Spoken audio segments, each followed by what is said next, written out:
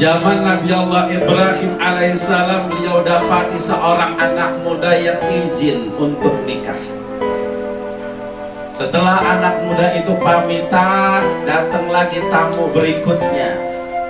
Ia memperkenalkan diri, kenalkan Nabi Allah Ibrahim, aku ini malaikat Ijrail. Apa keperluanmu mendatangiku wahai malaikat Ijrail? Begini Nabi Allah Ibrahim, barusan ada tamu anak muda, betul. Aku besok akan nyabut nyawa anak muda itu tuh. Aku besok akan nyabut nyawa anak muda itu. Nabi Allah Ibrahim bingung, mau dikasih tahu, takut anak muda ini ketakutan dan keberurusan. Kalau nggak dikasih tahu, gimana keadaan kira-kira? Bu, menurut ibu dikasih tahu nggak ya?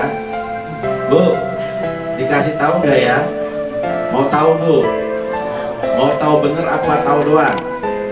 Tahu. Nabi Allah Ibrahim terpenuh membiarkan ini semua. Besok harinya ia nggak dapat berita kematian. Hari berikutnya terus nggak ada berita kematian tentang anak muda yang barusan tuh.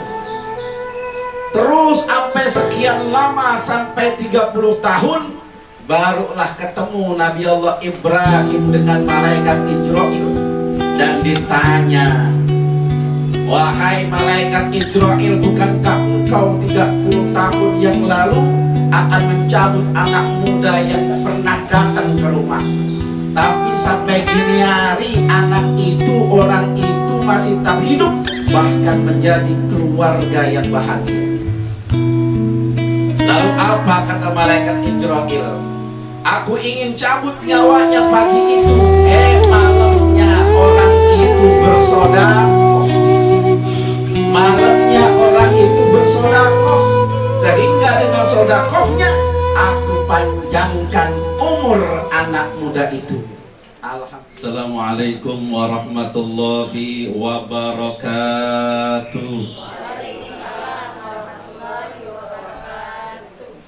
Alhamdulillahilladzi ahallan nikah wa harrama sifah, wassalatu wassalamu ala sayyidil mustafa wa ala alihi ahla sidqi wal wafa. Yang sama-sama kita hormati Bapak Haribani beserta Ibu Yuli, beserta seluruh anak-anaknya, saudaranya, keluarga besarnya. Kita doain beliau sehat selalu, barokah panjang umur. Ibu-ibu jamaah Majlis Ta'lim RT 02, Ibu Ketua RT, mudah-mudahan ke depan bisa jadi Ibu RW, amin. Ya Rabbal. Serta calon pengantin Mbak Wulan, mudah-mudahan sehat afiat. Udah Wulan, jangan nangis terus, sebab orang banyak nyesel, kenapa baru kawin sekarang kalau tahu-tahu enak. Para ibu, para bapak, saudara, para jamaah tasyakuran yang saya hormati, kenapa kita bikin syukuran? Karena dikisahkan pada zaman Nabi Allah Ibrahim alaihissalam. Zaman siapa bu? Bu? Nah, zaman siapa? Nabi Ibrahim alaihissalam. Ini mau ngeluarin kue terus masih ya?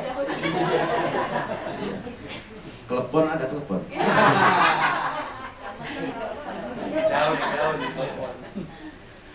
Zaman Nabi Allah Ibrahim alaihissalam, beliau dapati seorang anak muda yang izin untuk nikah.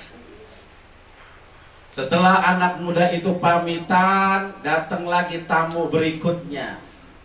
Ia memperkenalkan diri, kenalkan Nabi Allah Ibrahim, aku ini malaikat Ijrail. Apa keperluanmu mendatangiku wahai malaikat Ijrail? Begini Nabi Allah Ibrahim, barusan ada tamu anak muda, betul. Aku besok akan nyabut nyawa anak muda itu tuh. Aku besok akan nyabut nyawa anak muda itu. Nabi Allah Ibrahim bingung. Mau dikasih tahu, takut anak muda ini ketakutan dan kemerurusan. Kalau nggak dikasih tahu, gimana keadaan kira-kira Bu, menurut Ibu dikasih tahu nggak ya? Bu, dikasih tahu nggak ya? Mau tahu Bu? Mau tahu bener apa tahu doang? Tahu banget. Nabi Allah Ibrahim terpenung membiarkan ini semua. Besok harinya ia nggak dapat berita kematian. Hari berikutnya terus nggak ada berita kematian tentang anak muda yang barusan tuh. Terus sampai sekian lama, sampai 30 tahun, barulah ketemu Nabi Allah Ibrahim dengan malaikat Ijrail. Dan ditanya, wahai malaikat Ijrail, bukankah engkau 30 tahun yang lalu akan mencabut anak muda yang pernah datang ke rumahku? Tapi sampai gini hari anak itu, orang itu masih tetap hidup, bahkan menjadi keluarga yang bahagia. Lalu apa kata malaikat Ijrail? Aku ingin cabut nyawanya pagi itu. Malamnya orang itu bersodakoh. Malamnya orang itu bersodakoh, sehingga dengan sodakohnya aku panjangkan umur anak muda itu. Alhamdulillah Pak Hari Bani ngualin makanan. Belum lagi yang disono. Belum lagi daging sate Bu. Makanya ibu-ibu yang tadi makan sebelum ajar kemarin nyesel. Ibu sekalian yang saya hormati, nih acara syukuran menjadi penting. Dibacain maulid walaupun nggak lengkap. Ini kan wujud syukur kepada Nabi kita Muhammad sallallahu alaihi. Karena dengan asbab Nabi adanya perkawinan. Coba nggak ada Nabi, ada nggak kira-kira perkawinan? Ada nggak? Nggak ada. Kenapa? Zaman jahiliyah perempuan dikubur hidup-hidup. Artinya kalau perempuan dikubur hidup-hidup, yang ada barangkali laki-laki waktu sedikit. Karena kan menjadi sumber kehidupan adalah kaum perempuan. Laki-laki doang emang enak hidup. Betul Pak Aga? Emang enak. Nabi Allah Adam alaihissalam di surga nikmat. Kasur mah lebih mewah ketimbang kita. Makanannya lebih banyak. Tapi ia nggak merasa bahagia karena nggak punya pasangan hidup. Jadi perempuan itu, Masya Allah, menjadi pasangan kehidupan tuh antara suami dan istri. Makanya dalam Islam itu istri itu bukanlah seorang budak ya. Jadi istri bukan seorang budak. Istri itu bukan seonggok daging, kan ada dipotong-potong tuh istri. Ada nggak Bu? Ada nggak Bu? Ya Allah dipukulin, ada nggak? Ya Allah, ada yang begitu. Dalam Islam perempuan dimuliakan semulia-mulianya, setinggi-tingginya. Coba lihat, ada ibu kota, betul nggak? Ada bapak kota Bu? Nggak ada. Ada ibu jari, ada bapak jari? Nggak ada. Tinggi perempuan. Nih ibu-ibu nih, ini kan siang dong ada di bawah. Loh, coba malam. Tinggi ibu-ibu. Mul, amin ya robbal. Habis saya ceramah di sini pada mengenang lagi. Ibu sekalian yang saya hormati, makanya kita bikin maulid sebagai syukur kepada Nabi kita Muhammad sallallahu alaihi. Berbicara tentang rumah tangga itu di Al-Quran disebutin ada 4 model rumah tangga.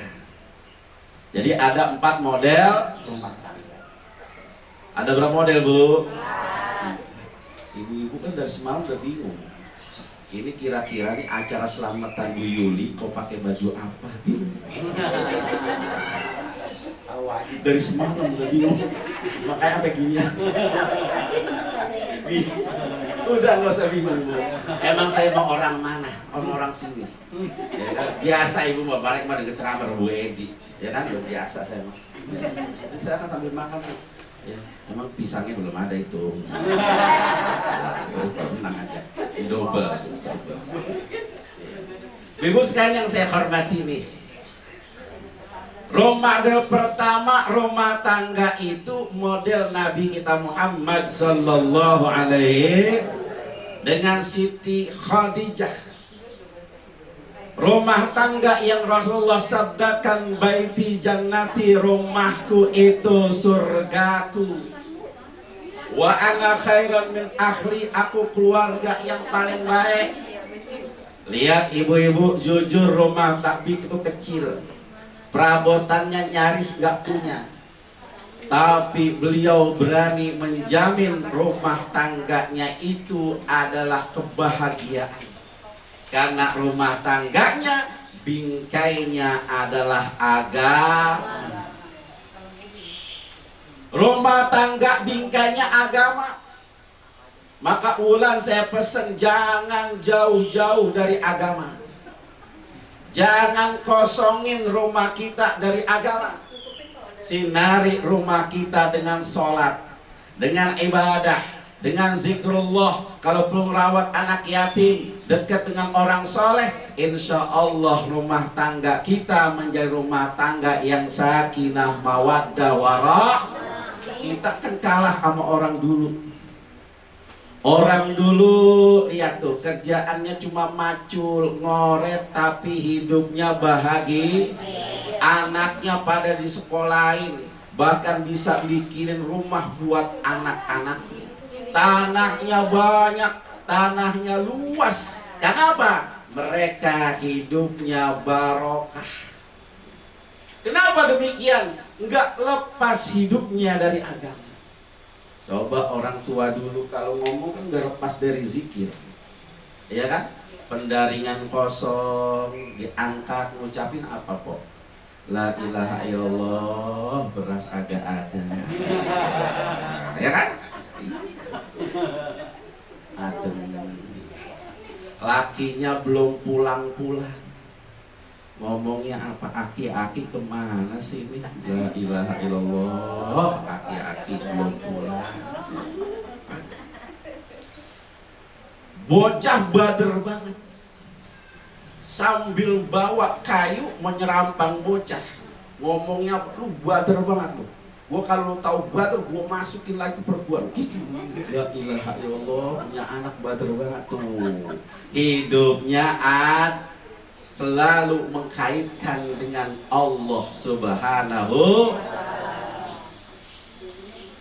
Kalau kita banyak rumah mewah, rumah megah, rumah bagaikan istana, tapi di sana tidak ada kebahagiaan. Banyak yang model begitu.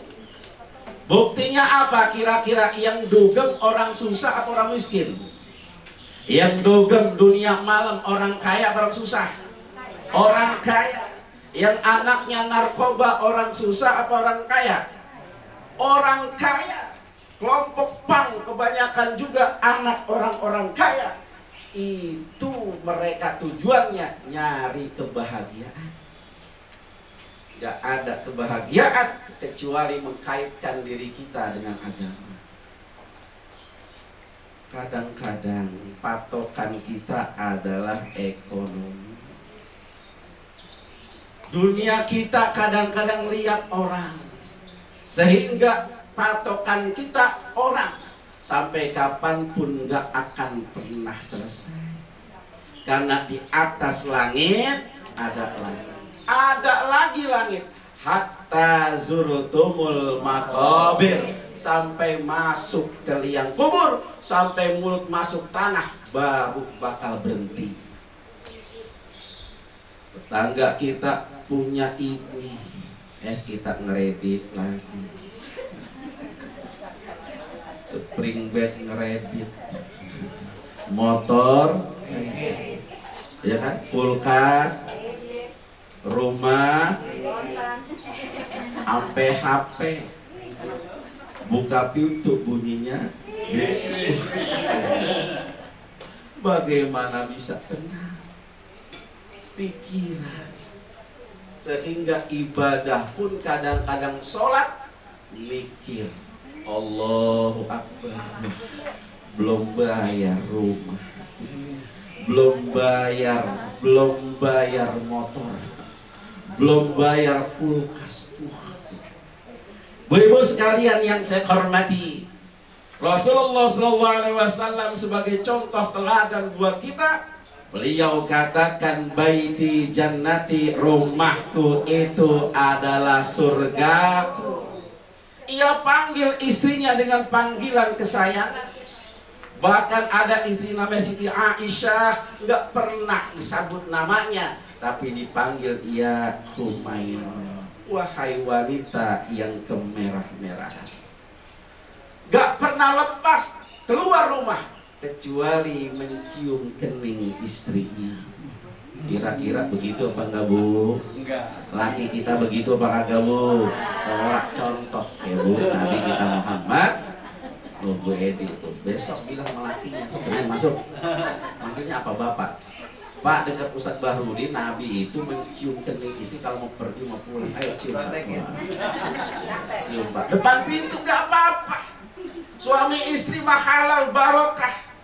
Cuma dari sekarang jangan ntar pas udah nenek-nenek. Nih kalau kayak begini nih, minta cium sama lakinya depan pintu. Lakinya jadi kagak berangkat. Jadi takut. Balik lagi. Kenapa ya pilih gue? Jangan-jangan gue pas pulang ada bendera kuning lagi. Tumben-tumbenan.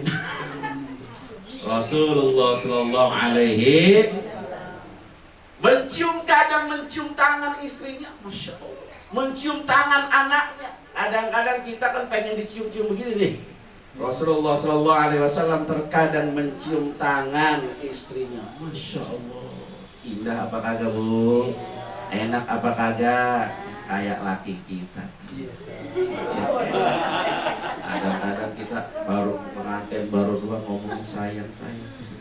Apalagi lagi pacaran. Ngomongnya I love you. Emang pacarnya orang kampung, jawabnya no smoking.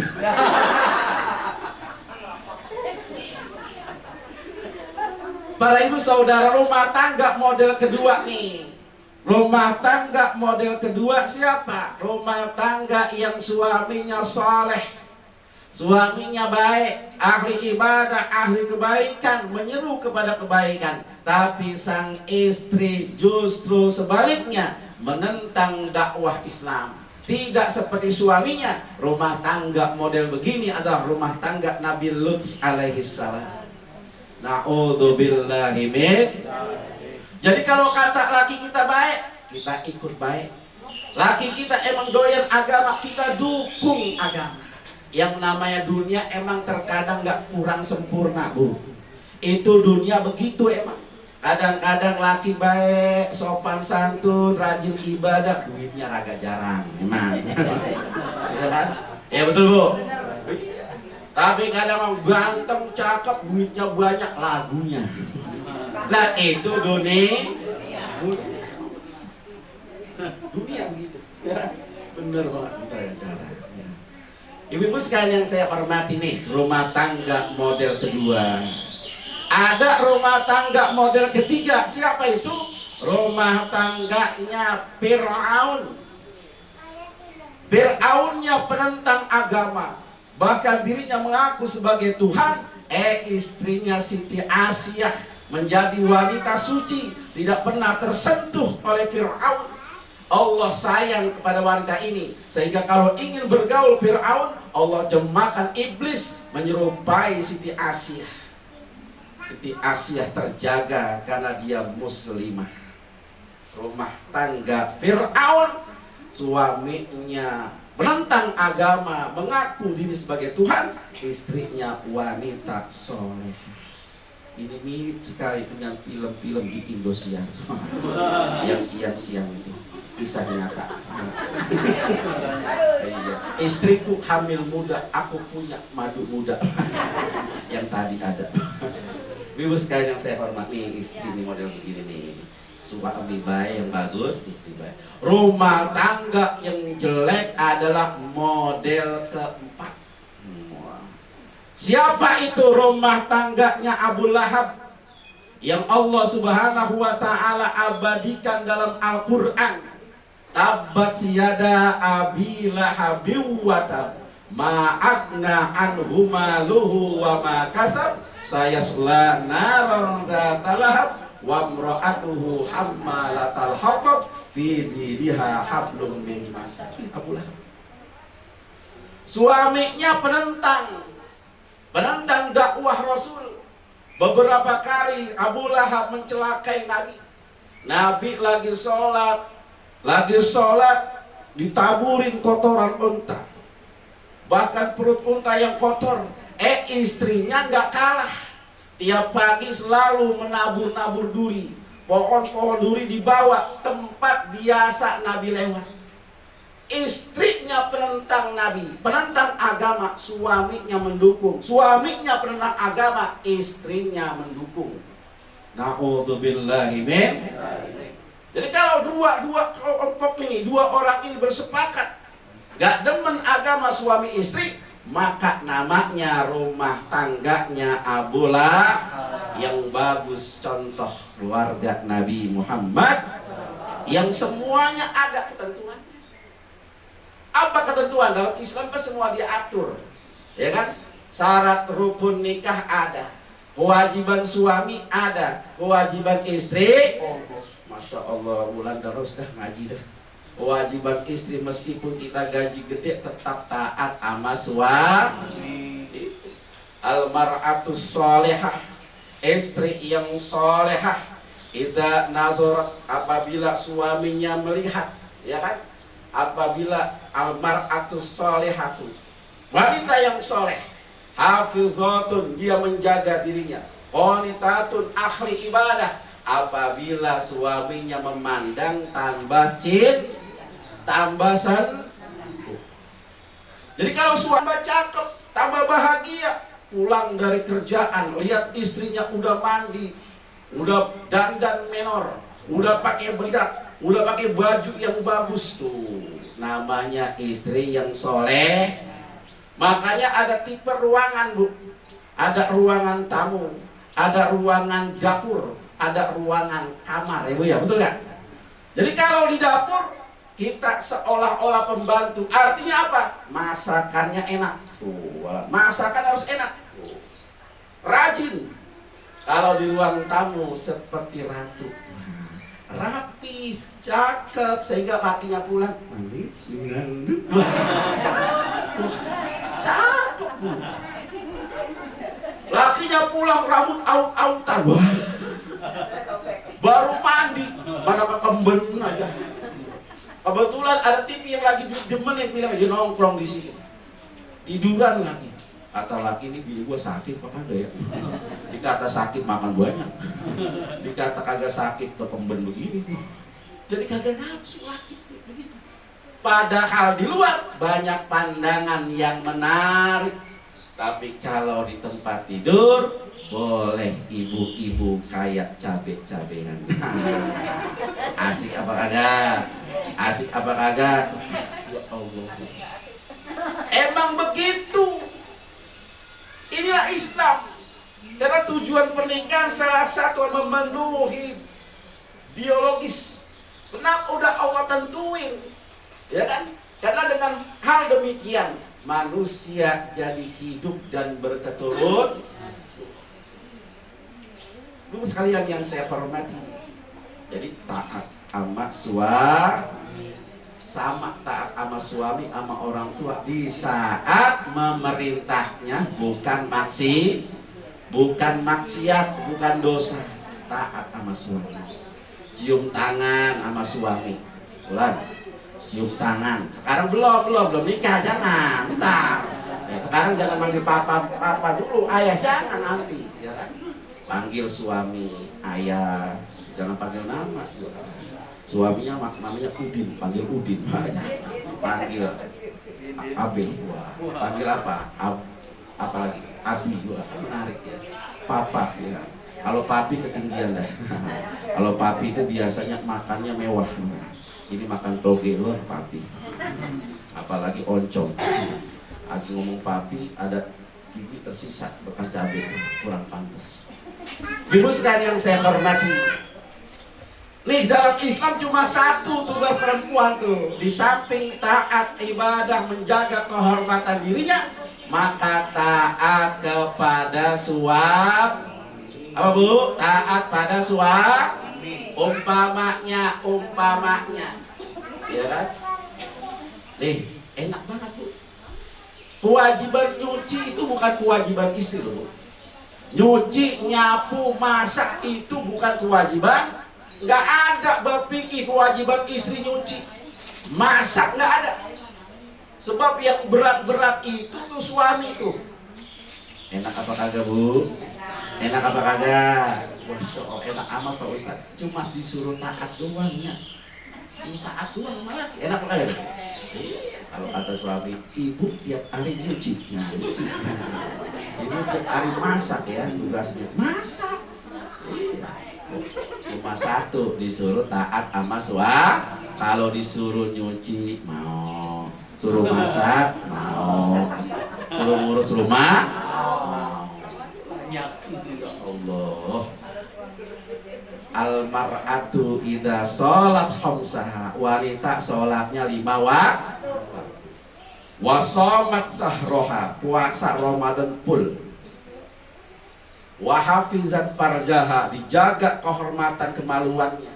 Wa ata'at ba'laha, taat sama suami. Fadkhulil jannati fi ayyi babin sikti. Nanti kalau kita mati, surga tinggal mana yang kita mau tuh. Amin ya robbal. Mau masuk surga bu? Mati dulu.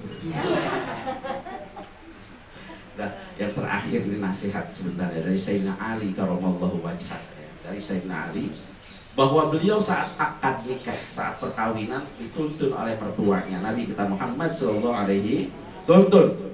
Ini ada Fatimah nih anaknya, ini Sayyidina Ali tuntun. Dituntun di mana? Depan rumah Nabi tuntun. Dari ujung kiri ke kanan tuntun tuh. Lalu setelah dituntun, Nabi berkata, wahai Sayyidina Ali, dari depan rumah kemari, depan rumah keluar, kamu wahai Ali tugasnya. Artinya apa? Nyari nafkah, kewajiban kamu wahai Ali. Jadi laki-laki, suami wajib mencari nafkah.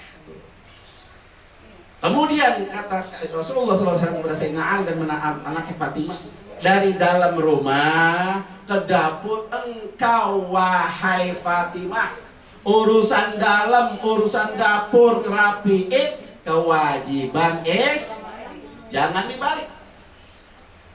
Jangan dibalik. Suami di rumah, istri nyari nafkah. Sehingga suami ngatur-ngatur, beli panci, beli sendok, beli ulekan, ya. Suami di mana? Di luar mencari nafkah. Kalau perempuan boleh nggak kerja? Boleh, yang pantas dan patut. Kemudian mendapatkan izin dari suami. Ya bu ya, boleh. Tapi yang pantas, ya kan? Ada kan Gojek ada. Iya, jangan. Kenapa? Sebab ntar penumpangnya ada yang apa? Laki-laki, mau di belakang, ya kan? Laki-laki dikasih perempuan. Nah, ibu sekalian yang saya hormati, jadi tetap boleh berusaha perempuan dari nafkah, tapi yang pantas dan patut. Suami kewajiban mencari nafkah.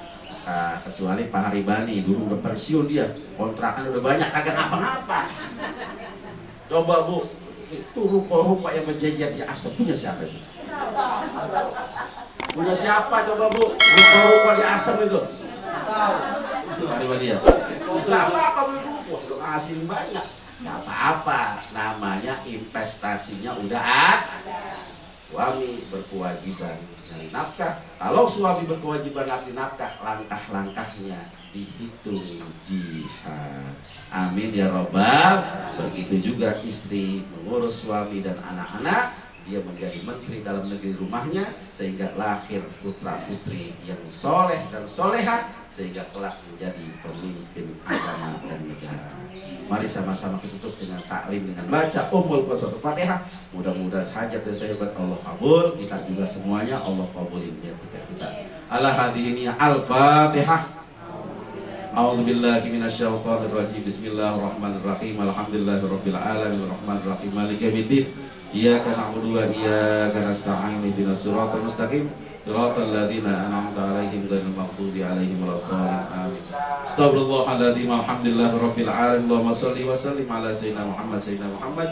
Allahumma shalli ala nuril anwar wa sidil asrar wa tiryakil aghyar miftahil babil yasar.